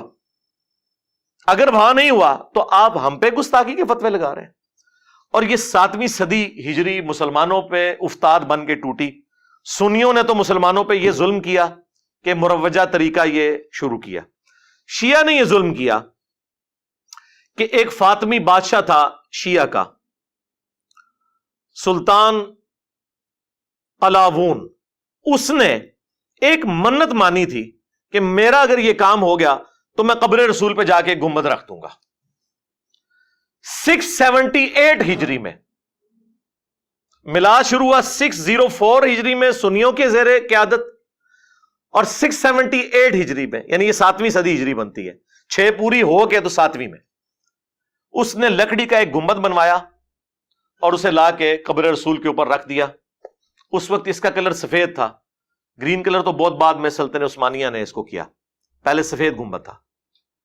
اور جس نے اسے یہ مشورہ دیا وہ بعد میں معزول ہو گیا، اور لوگ یہ کہتے تھے کہ اس کو سزا ملی ہے اس عمل کی. لیکن بعد میں آج یہ حالت ہے کہ سعودی حکومت کی بھی جرت نہیں ہے گنبد خضرا کو ہٹا دے. حالانکہ جب انہوں نے اس وقت مزارات ختم کیے تھے، یہ کہتے ہیں مزارات شہید کیے تھے. بھئی شہید وہ چیز ہوتی ہے جو اپنی اصل میں قرآن و سنت سے ثابت ہو. جب مسلم شریف میں حدیث ہے، میں تمہیں منع کرتا ہوں قبروں پر عمارت بنانے سے، قبروں کو پکا کرنے سے، قبروں پر بیٹھنے سے، چاہے مجاور بن کے بیٹھنا ہو یا فزیکلی بیٹھنا ہو. اس کے ہوتے ہوئے کس کی جرت تھی کہ وہ قبر رسول کے اوپر کوئی اس طرح کی عمارت کھڑی کرتا؟ رہ گیا حجر عائشہ میں نبی الاسلام کا دفن ہونا، تو وہ آپ علیہ السلام کی خصوصیت تھی. ترمذی میں حدیث ہے، حضرت ابوبکر صدیق رضی اللہ تعالیٰ عنہ نے فرمایا تھا کہ نبی علیہ السلام کی قبر آپ کی چارپائی کے نیچے کھودو، کیونکہ میں نے نبی علیہ السلام سے سنا تھا کہ اللہ تعالیٰ نبی کو اس زمین میں موت دیتا ہے جو سب سے بڑھ کر محبوب ہو، لہٰذا جس جگہ آپ کی ڈیتھ ہوئی ہے ایگزیکٹ اس چارپائی کے نیچے آپ کی قبر کھودی جائے. یہ نبی علیہ السلام کی حدیث کی بنیاد پہ فیصلہ ہوا تھا. یہ نہیں ہوا تھا کہ نبی علیہ السلام کی قبر کے اوپر حجرہ عائشہ بنایا گیا تھا، وہ پہلے سے موجود تھا، کوئی گنبد نہیں تھا، حجرے کے اندر دفن ہوئے. یہ گنبد 678 ہجری میں رکھا گیا. کوئی سوچ سکتا ہے ٹیکنالوجی نہ ہو شاید اس لیے نہیں رکھا. نہیں سرکار، 80 ہجری کے اندر جب ہزاروں صحابہ زندہ تھے، عبد الملک بن مروان بنو امیہ کا جو بادشاہ تھا، اس نے یہ ڈوم آف دا راک بنوایا، جس چٹان سے نبی علیہ السلام معراج پہ تشریف لے گئے. قبۃ الصخرہ اسے کہتے ہیں. کتنا بڑا ڈوم ہے، گنبد خضرا سے تو بہت بڑا ہے. وہ اس زمانے میں بنا ہوا ہے. اور اس سے بھی پیچھے آپ چلے جائیں، سیدنا عمر کے زمانے میں جب رومن امپائر آج کا اربوں ڈالر جزیہ دے رہی تھی مسلمانوں کو، تو حضرت عمر تو سونے کا گنبد بنا کے رکھ سکتے تھے. ٹیکنالوجی موجود تھی. آیا صوفیہ نبی علیہ السلام کی پیدائش سے بھی کئی سو سال پہلے کا ہے، جو یہ استنبول میں اس کا ذرا گنبد دیکھیں، گنبد خضرا جیسے درجنوں گنبد اس میں سے نکلتے ہیں. تو ٹیکنالوجی موجود تھی، لیکن صحابہ کرام کو پتا تھا کہ نبی علیہ السلام کی قبر مبارک پہ اس طریقے سے عمارت نہیں بنائی جا سکتی. اب وہ گنبد بنا بعد میں ہے، اور آج اس لیول پہ جو بندہ اس کے بارے میں بولے اسے گستاخ رسول کہتے ہیں. اور اس گنبد کے بارے میں وہ لوگ بھی بات نہیں کر سکتے جو مزارات کے خلاف بولتے ہیں، ان کی بھی جرت نہیں ہے. وہ زیادہ زیادہ کہتے ہیں نہیں یہ نبی علیہ السلام کی خصوصیت ہے، یہ کہہ کے لوگوں کو خاموش کرواتے ہیں. بھی آپ کی خصوصیت کیسے ہو گئی؟ جو چیز صحابہ تابعین تبع تابعین نے کی نہیں، 7ویں صدی ہجری میں ہوئی، وہ خصوصیت کہاں سے؟ اسی وجہ سے جو محدث اعظم تھے سعودیہ کے، شیخ ناصر الدین البانی، ویسے تو البانیہ کے تھے، یہاں پہ بعد میں شفٹ ہوئے، وہ آخری وقت تک ان کی سعودی حکومت سے یہی جھگڑا تھا کہ گنبد ہٹاؤ یہاں سے. ان کو خود نکلنا پڑ گیا سعودیہ کی سرزمین سے، حرمین سے، اس کی پاداش میں. اور یہاں پہ وہ جناب ہمارے وہ بھولے بالے طارق جمیل صاحب بتا رہے ہیں کہ جی یہ گنبد خضرا جو ہے علماء دیوبند نے بچایا. انہوں نے کہا تھا کہ جناب وہ یہ اس پہ اجماع ہو چکا ہے اور یہ ہو چکا ہے، انہوں نے خط لکھا. وہ کس کے کہنے میں میرے بھائی؟ وہ خود ادھر کے علماء نے کہا تھا کہ یہ بہت بڑا ایک ریونج کھڑا ہو جائے گا. اور انہوں نے کہا کہ دیکھیں بخاری مسلم میں حدیث ہے، اے عائشہ تیری قوم نئی نئی جہالیت سے نہ پھری ہوتی تو میں حتیم کو توڑ کر خانہ کعبے کی باؤنڈری میں داخل کر دیتا اور ابراہیمی بنیادوں پہ کھڑا کر لیتا. لیکن نبی علیہ السلام نے اس کو ان اٹینڈڈ چھوڑ دیا، وہ آج تک باہر ہے. بیچ میں ایک دفعہ عبداللہ ابن زبیر نے اندر کیا، پھر حجاج نے توڑ کے باہر کر دیا، وہ ایک سلسلہ ہوا. لیکن اوورآل نبی علیہ السلام نے بھی فتنے کے ڈر کی وجہ سے ایک معاملے کو نہیں کیا. تو علماء عرب نے اس حدیث کی پلی لیتے ہوئے کہا کہ نہیں، اور پھر اب جب اب گنبد اتاریں گے تو پھر نبی الاسلام کی اس حوالے سے بھی بے حرمتی ہو سکتی ہے قبر کی، کہ قرآن میں واضح حکم ہے لا ترفعوا اصواتکم فوق صوت النبی، نبی کی آواز سے بھی اپنی آواز کو بلند نہیں کرنا. اور جن لوگوں کے دلوں کو اللہ نے تقوی کے لیے چنا ہے ان کی اللہ نے نشانی بیان کی ہے کہ وہ رسول اللہ کی بارگاہ میں اپنی آوازوں کو پست رکھتے ہیں. صحابہ کرام کے بارے میں یہ، حضرت ابوبکر عمر کے بارے میں یہ آیت نازل ہوئی تھی، صحیح بخاری میں آتا ہے، جب وہ آپس میں جھگڑ پڑے اور حضور سے ان کی آواز بلند ہوگی. اور عبداللہ ابن ابی ملیکہ کہتے ہیں قریب تھا کہ اس مخلوق کے دو بہترین لوگ برباد ہو جاتے جب رسول اللہ کی بارگاہ میں انہوں نے انجانے میں اپنی آواز بلند کر دی، اور وہ ابوبکر عمر تھے. اس کے بعد بخاری کے الفاظ ہیں حضرت عمر اتنا آہستہ بولتے تھے کہ حضور کہتے تھے مجھے آواز نہیں آ رہی، اونچا بولو، اتنا ڈر گئے. پھر اللہ تعالیٰ نے اگلی آیات نازل کی، ان الذین یغضون اصواتهم عند رسول اللہ، بے شک جو لوگ اپنی آوازوں کو پست رکھتے ہیں رسول اللہ کے حضور، یہ وہ لوگ ہیں جن کے دلوں کو اللہ نے تقوی کے لیے چن لیا ہے، ان کے لیے مغفرت اور اجر عظیم ہے. اور یہ ساری آیات آج بھی روزہ شریف کے اوپر لکھی ہیں. اب تو خیر انہوں نے بڑا چوڑا کر دیا، ایک انہوں نے ختم نبوت والی آیت لکھ دی ہے، ما کان محمد ابا احد من رجالکم ولکن رسول اللہ وخاتم النبیین. سینٹر میں انہوں نے وہ لکھی ہے یا ایھا الذین آمنوا لا ترفعوا اصواتکم فوق صوت النبی، نبی کی آواز سے اپنی آواز کو بلند نہ کرو. اور پھر اس طرف انہوں نے لکھی ہے وہ ان الذین یغضون اصواتهم عند رسول اللہ. یہ تینوں آیات انہوں نے پہلے بھی لکھی تھی سلطنت عثمانیہ کے دور میں، لیکن اب انہوں نے ذرا چوڑا کر کے ساری وہ جو روزہ شریف دوبارہ سے بنایا ہے تو اس کے اوپر یہ آیات انہوں نے لکھی ہوئی ہیں. تو اس وجہ سے بھی اس وقت علماء عرب نے کہا کہ اگر اب اس طریقے سے ٹھوکا ٹھاکی شروع ہو جائے گی تو پھر، حالانکہ اس کا کوئی سولوشن نکالا جا سکتا تھا. بہرحال اب وہ چونکہ ہے تو وہ اس کو مینٹین بھی کرتے ہیں، ہر سال پینٹ ہوتا ہے. گرین کلر تو آپ کو پتا ہے ویسے ہی گرین اور ریڈ کلر ایسے ہیں جو دھوپ میں زیادہ عرصہ نہیں نکالتے، اڑ جاتے ہیں. تو ریگولر بیس کے اوپر اس کے اوپر پینٹ بھی ان کو کرنا پڑتا ہے. وہ پینٹ جب پھر اترتا ہے وہ تبرکن پاکستان آتا ہے. میرے پاس بھی کچھ پڑا ہوا ہے، مجھے بھی کسی نے گفٹ دیا تھا، وہ ہمارے جیلم کے ایک پینٹر تھے جو پینٹ کرتے تھے گنبد خضرا کو، تو انہوں نے مجھے اتنا سا لا کے دیا تھا. تو وہ پھر ایک سلسلہ چل نکلا ہوا ہے اس کی وجہ سے، لیکن بنیاد وہی بنی ہوئی ہے. اب دنیا میں جتنے مزار ہیں نا وہ پلی ادھر سے لے رہے ہوتے ہیں. حالانکہ اس وقت تھوڑی سی جرت دکھاتی سعودی حکومت، جہاں پہ اتنے بڑے بڑے مزارات بقیہ غرقت میں تھے وہ انہوں نے ختم کیے.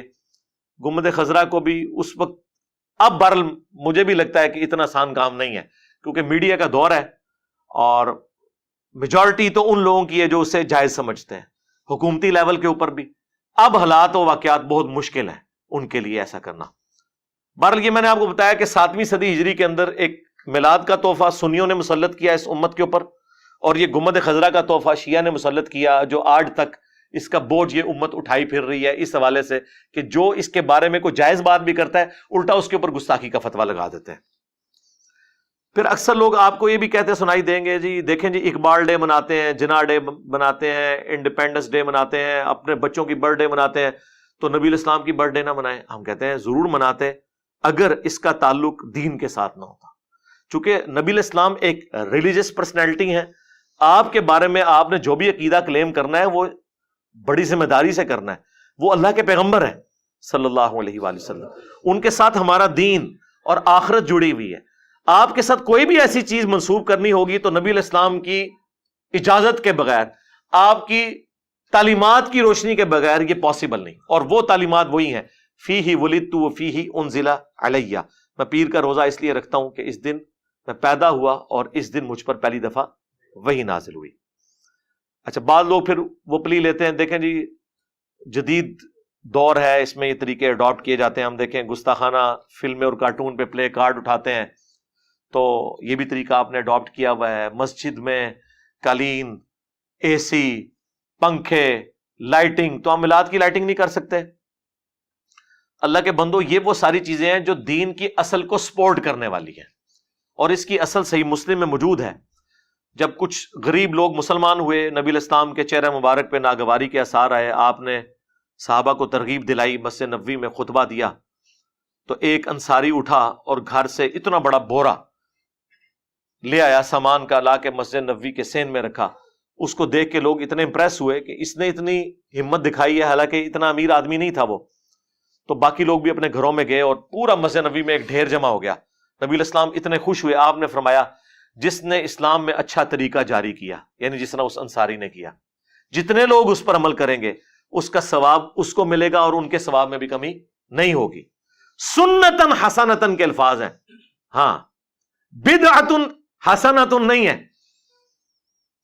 اور جس نے برا طریقہ جاری کیا سنتن سیئتن, جتنے لوگ اس پر چلیں گے تمام کا اکٹھا وبال اس پہ ہوگا اور ان کے وبال میں بھی کمی نہیں آئے گی. یہ اس موقع پہ آپ علیہ السلام نے فرمایا تھا.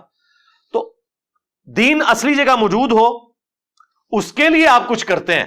مثلا منڈے کا آپ کسی کا روزہ رکھوا دیتے ہیں, کھلوا دیتے ہیں, ٹھیک ہے, کوئی مسئلہ نہیں ہے. ہم ہوائی جہاز میں حج کے لیے جاتے ہیں لیکن حج کے ارکین تو وہی ہیں, وہی ارکان ہیں جو ہم ادا کرتے ہیں. اسی طریقے سے بخاری اور مسلم کتابی شکل میں لانا یہ خلفائے راشدین نے تو نہیں کیا, ایک اسلام میں اچھا طریقہ ہے جو انہوں نے جاری کیا, لیکن احادیث اصلی وہی ہیں, اپنی جگہ پہ ہیں. قرآن کو پرنٹ کرنا پرنٹنگ پریس کے اوپر دین اصلی جگہ ہے. الیکٹرانک کاؤنٹر یوز کرنا تسبیحات کے لیے, پڑھ رہے اس پہ سبحان اللہ الحمدللہ, یا غوث تو نہیں پڑھنا نا, ہاں. اسی طریقے سے کیمرے میں ویڈیو کو ریکارڈ کرنا یا مسجد میں ایئر کنڈیشن لگانا, یہ ساری کی ساری چیزیں دین کو سپورٹیو ہے. دین کے طور پر نہیں, دین کو سپورٹیو ہے, اگرچہ ان کا ثواب ہے لیکن اصلی دین اپنی جگہ ہے. لیکن دین میں جب کوئی چیز داخل کریں گے تو وہ بخاری مسلم کی حدیث ہے, من احدث فی امرنا ھذا فہو رد, جس نے ہمارے تعلیم کیے ہوئے دین میں کوئی چیز داخل کر دی وہ مردود ہو جائے گی. فجر کے کوئی 2 کی بجائے 4 فرض پڑے مردود, باقی چیزوں کی تو کوئی حیثیت ہی نہیں رہتی. آپ نماز بھی فالتو پڑھ دیں, چلیں کام میں تو سمجھ آتی ہے کہ کمی رہ گئی, فالتو کیوں نہیں قبول, نبی علیہ السلام کے طریقے سے ہٹ کے. جی منع کی طرح, جی منع ہے, جی مسلم شریف میں حدیث ہے فإن خیر الحدیث کتاب اللہ وخیر الہدی ہدی محمد صلی اللہ علیہ وآلہ وسلم وشر الامور محدثاتها وکل محدثۃ بدعہ وکل بدعۃ ضلالہ وکل ضلالۃ فی النار. کچھ الفاظ سنن نسائی میں ہے, مین سٹرکچر مسلم شریف میں اس کی. آگاہ ہو جاؤ, سب سے بہترین کلام اللہ کی کتاب ہے, سب سے ہدایت یافتہ راستہ محمد صلی اللہ علیہ وآلہ وسلم کا ہے. بدترین کام وہ ہیں دین میں جو خود سے جاری کر دیے جائیں, اور وہ تمام کام بدعتیں ہیں, تمام بدعتیں گمراہیاں ہیں, اور تمام یہ گمراہیاں اور بدعات جہنم میں لے جانے والی ہیں والعیاذ باللہ تعالی. تو منع ہی ہے نا. ایک جملے میں بخاری مسلم میں حدیث ہے کہ مجھے اللہ نے جوامع کلمات کے ساتھ مبعوث کیا ہے, ایک جملہ بولتا ہوں سب کچھ کور. جی رفع دین کا حکم کدھر ہے, جی بخاری میں ہے, مسلم میں بھی حدیث موجود ہے مالک بن حویرث والی, بخاری میں ذرا تفصیل کے ساتھ ہے. غزوہ تبوک کے موقع پر آئے تھے وہ 20 نوجوان, جب واپس جانے لگے تو نبی علیہ السلام نے فرمایا صلو کما رأیتمونی اصلی, نماز اس طرح پڑھنا جس طرح مجھے نماز پڑھتے ہوئے دیکھا ہے. اور مالک بن حویرث ہی بخاری مسلم میں روایت کر رہے ہیں کہ میں نے رسول اللہ کو نماز پڑھتے ہوئے دیکھا, شروع کرتے وقت وہ ہاتھ اٹھاتے, رکوع میں جاتے وقت اٹھاتے, اور رکوع سے سر اٹھاتے وقت اٹھاتے. بخاری میں صرف ہاتھ اٹھانے کا ذکر ہے, مسلم میں ہے کانوں تک اٹھاتے ہیں, کانوں تک بھی ثابت ہے اور کندھوں تک بھی. تو مالک بن حویرث نبی علیہ السلام کی وفات سے 1.5 سال پہلے مسلمان ہوئے ہیں, اور ایک جملے میں اس طرح نماز پڑھنا جس طرح مجھے پڑھتے ہوئے دیکھ رہے ہو. اب جو عمل نبی علیہ السلام نے کیا ہے وہ عمل جب وہ رپورٹ کر رہے ہیں تو اس میں شامل ہے. جی حکم کدھر ہے, حکم موجود ہے بخاری کے اندر, بلکہ جلسہ استراحت بھی روایت کیا ہے مالک بن حویرث نے بخاری میں کہ وہ پہلی رکعت میں اور تیسری رکعت میں اس وقت تک کھڑے نہیں ہوتے تھے قیام کے لیے جب تک کہ وہ بیٹھ نہ جائیں.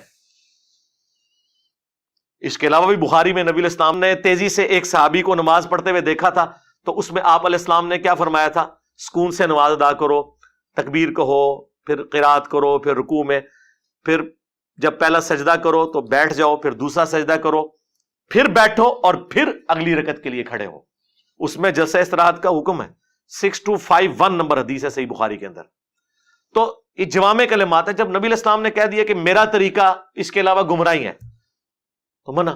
پھر اگلا پتہ کہتے ہیں نہیں ٹھیک ہے, ثابت نہیں ہے, منع بھی نہیں ہے, لیکن گناہ کا کام تو نہیں ہے نا, اس میں کون سا گناہ ہو گیا. ہم کہتے ہیں رکو ذرا, صبر کرو. جنازے کی اذان کہاں پہ منع ہے, جی وہ ثابت نہیں ہے. نہیں یہ تو دلیل نہیں آپ نے لینی, آپ کہتے تھے منع کہاں ہے, جی منع تو نہیں. عید کی اذان کوئی منع نہیں, صرف حدیثوں میں یہ آیا کہ دیتے نہیں تھے, منع تو کہیں نہیں کی. اور بخاری مسلم میں حدیث ہے اذان کی آواز سن کر شیطان جو ہے وہ پیٹ پھیر کر بھاگ جاتا ہے، اس کی ہوا خارج ہو جاتی ہے. تو عید والے دن تو 2 اذانیں ہونی چاہیے. جو لوگ سال بعد مسجد میں آتے ہیں شیطان کو بھگایا جائے، لیکن نبی علیہ السلام نے نہیں دی. اس کی وجہ سے اقامت بھی نہیں ہوتی. نماز دن کی ہے اور جہرن ہوتی ہے، حالانکہ دن کی نمازیں سری ہیں، ظہر و عصر. صرف جمعہ جہرن ہے اور عید کی نماز جہرن ہے. کیوں؟ نبی علیہ السلام نے اس طرح تعلیم فرمایا.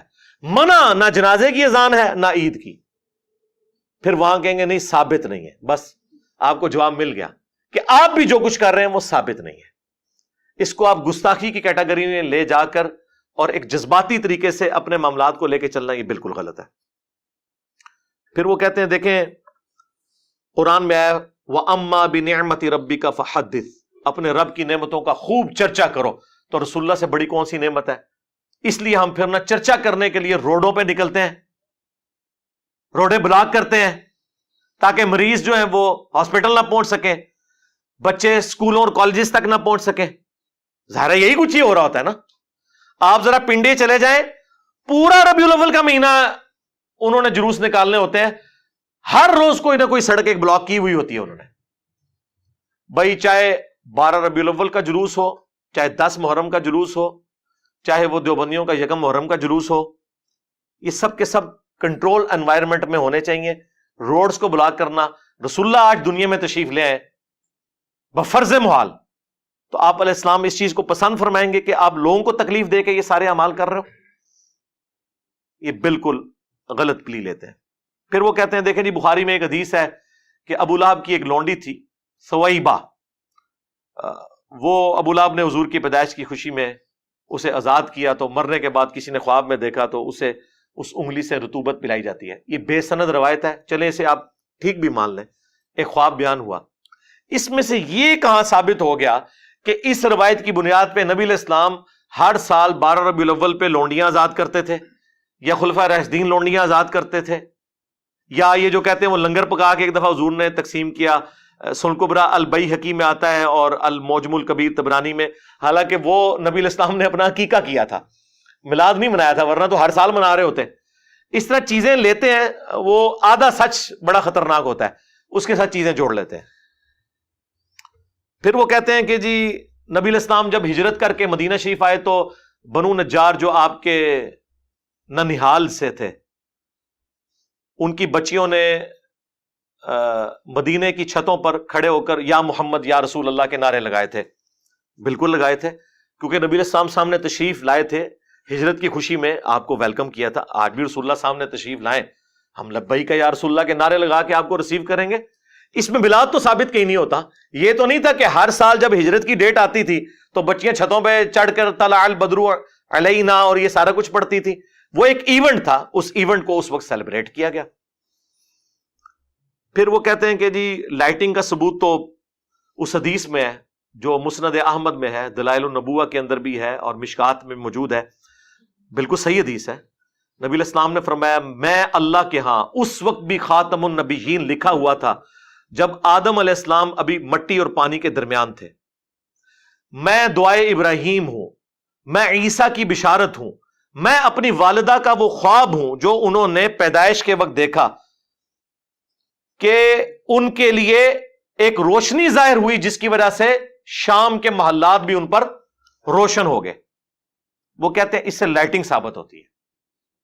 نبی علیہ السلام کی والدہ محترمہ کو اللہ تعالیٰ نے یہ بشارت دی تھی کہ آپ سے وہ بچہ پیدا ہوگا کہ جس کا دین، جس کی حکومت بالآخر اس وقت کی سب سے بڑی سپر پاور رومن امپائر کو بھی سپرسیڈ کر جائے گی. یہ ایک بشارت تھی. اس سے نبی علیہ السلام کے گھر والوں نے، اہل البیت نے یا خلفائے راشدین نے کبھی رزلٹ نہیں نکالا کہ وہ 12 ربیع الاول کے اوپر لائٹنگ کروانا شروع کر دیں. حالانکہ اس وقت بھی دیے مسجدوں میں جلتے تھے، لیکن کوئی ایسا رزلٹ نہیں نکالا گیا. وہ کہتے ہیں نہیں جی عبداللہ محدث دہلوی نے لکھا ہے کہ وہ 3 جھنڈے دیے گئے تھے، ایک نبی علیہ السلام کے گھر پر، ایک خانہ کعبے کی چھت کے اوپر. عبدالحق محدث دہلوی یہ انڈیا پاکستان بنگلہ دیش میں وہ تحفہ ہے کہ جتنی آپ کو یہ بڑی بڑی خرابیاں نظر آ رہی ہیں نا، یہ اس بندے کی وجہ سے ہیں. 1052 ہجری میں فوت ہوئے. جب تک زندہ تھے ان کا اور شیخ احمد سرہندی کا آپس میں نا وہ والا ویر تھا جسے ہم پنجابی میں بولتے ہیں، میں جملہ نہیں بولنا چاہتا، وہ انہیں گمراہ سمجھتے تھے وحدت الوجود اور وحدت الشہود کے اختلاف میں۔ وہ شیخ احمد سرہندی جسے یہ مجدد الفسانی کہتے ہیں، بریلوی بھی، دیوبندی بھی، اہل حدیث بھی، وہ تو ہم نے آگے بتایا کہ اس نے کیا کیا کام ڈالا ہے۔ شیخ احمد سرہندی 1034 ہجری میں فوت ہوئے، 1034 میں، اور یہ فوت ہوئے 1052 میں، ایک ہی زمانے میں، اور ایک دوسرے کے انتظار ہے، وہ اپنی اپنی امپائر چل رہی، وہ نقشبندیہ سلسلہ سے تھے، یہ قادری سلسلے سے تھے، بہرحال خیر یہ معاملات چلتے رہے۔ یہ اس نے اس طرح کی ساری اوٹ پٹانگ باتیں جمع کی ہیں، اور وہی پھر دیوبند اور بریلویوں کے اندر آئیں، اور وہ آگے معاملات چل پڑے۔ یہ کوئی نہ آیت ہے نہ حدیث ہے۔ ڈاکٹر طارق قادری صاحب نے کوشش کی، وہ کہتے ہیں جی صحیح مسلم میں ایک حدیث ہے، حضرت معاویہ رضی اللہ تعالیٰ عنہ نے میلاد منایا تھا، آپ وہ حدیث پڑھیں اور اس کے بعد ان کی عقل کا ماتم کریں کہ اس حدیث کے اندر میلاد کا کہاں پہ ذکر ہے۔ وہ حدیث صحیح مسلم میں بھی ہے، مشکات میں بھی، کہ حضرت معاویہ رضی اللہ تعالیٰ عنہ ایک دفعہ مسجد میں تشریف لائے اور انہوں نے دیکھا کہ کچھ اصحاب بیٹھے ہوئے ہیں، صحابہ اور تابعین، اور وہ آپس میں بیٹھ کے اللہ کا شکر ادا کر رہے ہیں کہ اللہ تعالیٰ نے ہمیں اسلام کی دولت سے سرفراز کیا، نبی الاسلام دنیا میں تشریف نہ لاتے تو ہم گمراہی کی زندگی مر جاتے۔ تو معاویہ نے آ کے ان سے پوچھا تم لوگ کیا باتیں کر رہے تھے؟ انہوں نے کہا ہم تو اللہ کا شکر ادا کر رہے تھے۔ تو انہوں نے کہا اللہ کی قسم اٹھاؤ کہ تم یہی کام کر رہے تھے۔ سب نے کہا کہ ہم قسم کھاتے ہیں کہ ہم اسی لیے یہاں بیٹھے ہوئے یہ باتیں کر رہے تھے۔ تو حضرت معاویہ نے کہا رضی اللہ تعالیٰ عنہ کہ یہ میں نے بدگمانی کی وجہ سے قسم نہیں اٹھوائی تم سے، بلکہ اس لیے قسم اٹھوائی ہے کہ ایک دفعہ ہم بھی رسول اللہ کی مسجد میں اسی طرح بیٹھے تھے اور حضور ہمارے پاس تشریف لائے، اور آپ نے بھی ہم سے آ کے اسی طریقے سے پوچھا اور پھر قسم اٹھوائی اور پھر بتایا کہ میرے پاس جبرائیل علیہ السلام آئے تھے اور انہوں نے اللہ کی طرف سے مجھے بشارت دی ہے کہ اللہ تعالیٰ آپ کے ان ساتھیوں کی وجہ سے فرشتوں میں فخر فرما رہا ہے، کیونکہ فرشتوں نے کہا تھا نا یہ زمین میں دنگا و فساد کریں گے، لیکن وہ لوگ بھی ہیں جنہوں نے نبیوں کی دعوت کے اوپر لبیک کہا۔ اس حدیث میں میلاد کا ذکر کہیں نہیں۔ ہاں یہ ضرور ہے کہ نبی علیہ السلام وہ تو سرکار پھر روزانہ ہم رسول اللہ کا احسان جو ہمارے اوپر ہے اس کو تو ہم یاد کرتے ہیں، لیکن کوئی محفل میلاد نہیں تھی، وہ تو جب بھی ہم بیٹھتے ہیں، جب بھی اللہ رسول کی باتیں شروع ہوتی ہیں تو یہی کچھ ہوتا ہے۔ تو یہ حدیث میں نے آج سے کئی سال پہلے حضرت معاویہ کے فضائل میں بھی بیان کی تھی کہ اس سے ان کی صحابیت ثابت ہوتی ہے۔ پھر ان کے پاس ایک اور بڑا حربہ جس سے وہ دیوبند اور اہل حدیث کو قابو کرتے ہیں، وہ کہتے ہیں تمہارے ابے نے لکھا ہے، ابن تیمیہ نے اقتداء الصراط المستقیم میں، کہ میلاد منانا اگرچہ بدعت ہے لیکن اس کے پیچھے چونکہ نیت اچھی ہے لہذا ثواب ملے گا۔ میں جب نیا نیا اہل حدیث کی طرف گیا نا تو بس یہ چند ایک باتیں تھی جن کی وجہ سے مجھے سمجھ آ گئی کہ آپ فرقہ اڈاپٹ کریں گے تو آپ کی چمڑی اترے گی۔ تو مجھے آج بھی یاد ہے، میں وہ اہل حدیث کی مسجد میں بیٹھا ہوا، یہ 2008 کی بات کر رہا ہوں، آج سے 14 سال پہلے۔ اس وقت ہمارا یہ عربی والا فتنہ بس جیلم شہر تک ہی تھا۔ میرے پاس کچھ بریلوی آ گئے اور انہوں نے کہا کہ جی یہ دیکھیں آپ کے ابن تیمیہ لکھے۔ میں نے کہا میرا کون سا ابن تیمیہ بھائی، ہمارا تو امام وہ ہے جس کی قبر مدینے میں ہے صلی اللہ علیہ وسلم۔ اچھا وہ ایکسپیکٹ کر رہے تھے کہ یہ باطل تعویلات کرے گا اور اس طرح کرے گا۔ میں نے کہا یار غلط لکھا ہے اس نے۔ بدعت اگر کسی چیز کو آپ کہہ دیں اس کے بعد آپ اس کی حسن نیت پہ ثواب کی بشارت نہیں کہہ سکتے، کیونکہ نبی علیہ السلام نے فرمایا کل بدعۃ ضلالہ وکل ضلالۃ فی النار۔ تو یہ ان کا ذاتی فتویٰ ہے، ہم اسے بالکل نہیں ایکسپٹ کرتے۔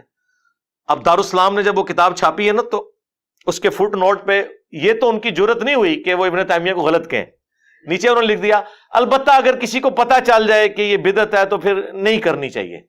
اس کی بجائے لکھنا چاہیے تھا کہ بھائی ابو داؤد، ترمذی اور اس سے بھی بڑھ کر مسلم میں حدیث ہے کل بدعۃ ضلالہ وکل ضلالۃ فی النار۔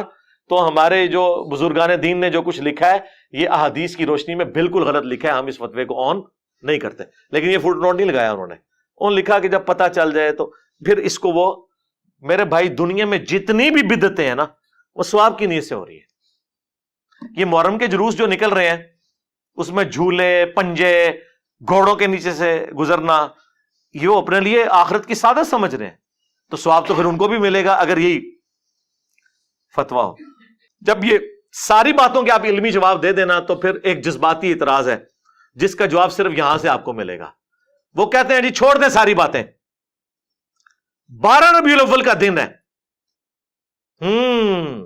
2 گھر ہیں, ایک گھر میں جھنڈیاں لگی ہیں اور نعتوں کی آواز آ رہی ہے, اور دوسرے گھر میں ٹی وی لگا ہوا ہے, لوگ اپنے اپنے کاموں میں ہیں, بتائیں عاشق رسول کون ہے؟ تو سارے کام آدمی تو کہے گا کہ وہی عاشق رسول ہے جو 12 ربیع الاول والے دن جھنڈیاں لگائے ہوئے ہیں.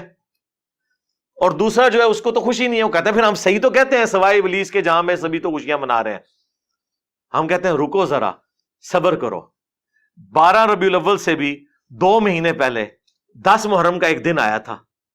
ایک گھر سے مجلس میں آہو بکا کی آوازیں آ رہی تھیں اور لوگ اہل البیت پہ کیے ہوئے ظلم کو یاد کر کے رو رہے تھے, اور دوسرے گھر میں کچھ بھی نہیں ہو رہا تھا. اس وقت یہ جو دوسرے والا گھر ہے نا, یہ تمہارا بریلویوں کا گھر تھا اور وہ شیعہ کا گھر تھا. اب بتاؤ اہل بیت کے عاشق شیعہ ہوئے یا بریلوی ہوئے؟ کہتے ہیں نہیں نہیں, اس کا یہ مطلب تو نہیں کہ ہم ان سے کوئی بغض رکھتے ہیں, یہ ثابت نہیں ہے. تو سرکار او بھی ثابت نہیں ہے. آیا انہوں داڑھ تھلے, ہاں یہ داڑھ اسے کہتے ہیں. کئی لوگ مجھے داڑھ کیوں دی, یہ جناب جو آخر میں جو داڑھ ہے نا, ہاں یہ داڑھ کا لفظ نبی علیہ السلام نے بھی یوز کیا ہے. ابو داؤد, ترمذی, ابن ماجہ میں میرے بعد تم بہت اختلاف دیکھو گے, اس وقت علیکم بسنتی و سنت الخلفاء الراشدین المہدیین, تم میری سنت اور میرے خلفاء راشدین کی سنت کو لازم پکڑ لینا اور اپنی داڑھوں سے اسے پکڑ لینا. ہم نے سنت بھی داڑھوں سے پکڑی ہے اور ان کے بابوں کو بھی داڑھوں کے نیچے لے کے, وہ کسی اور نیت میں پکڑی ہے, کسی اور نیت میں, الحمدللہ. تو یہ آخر ان کے پاس حل یہی رہ جاتا ہے کہ آپ کو ایکسپلائٹ کرتے ہیں. پھر آپ اسی ڈاکٹرن میں جب ان کو جواب دینا, پھر ان کو اندازہ ہوتا ہے کہ یار کسی کے اوپر گستاخی اہل بیت کا فتویٰ لگانا, گستاخ رسول کا فتویٰ لگانا ان باتوں کے اوپر جو دین میں موجود نہیں, جہاں پہ ہو آپ بالکل فتویٰ لگائیں. اگر ہم کوئی مس بہیو کرتے ہیں, کوئی اہل بیت کی گستاخی کرتا ہے, ان کی شان کو کم کرتا ہے, لگائیں فتویٰ.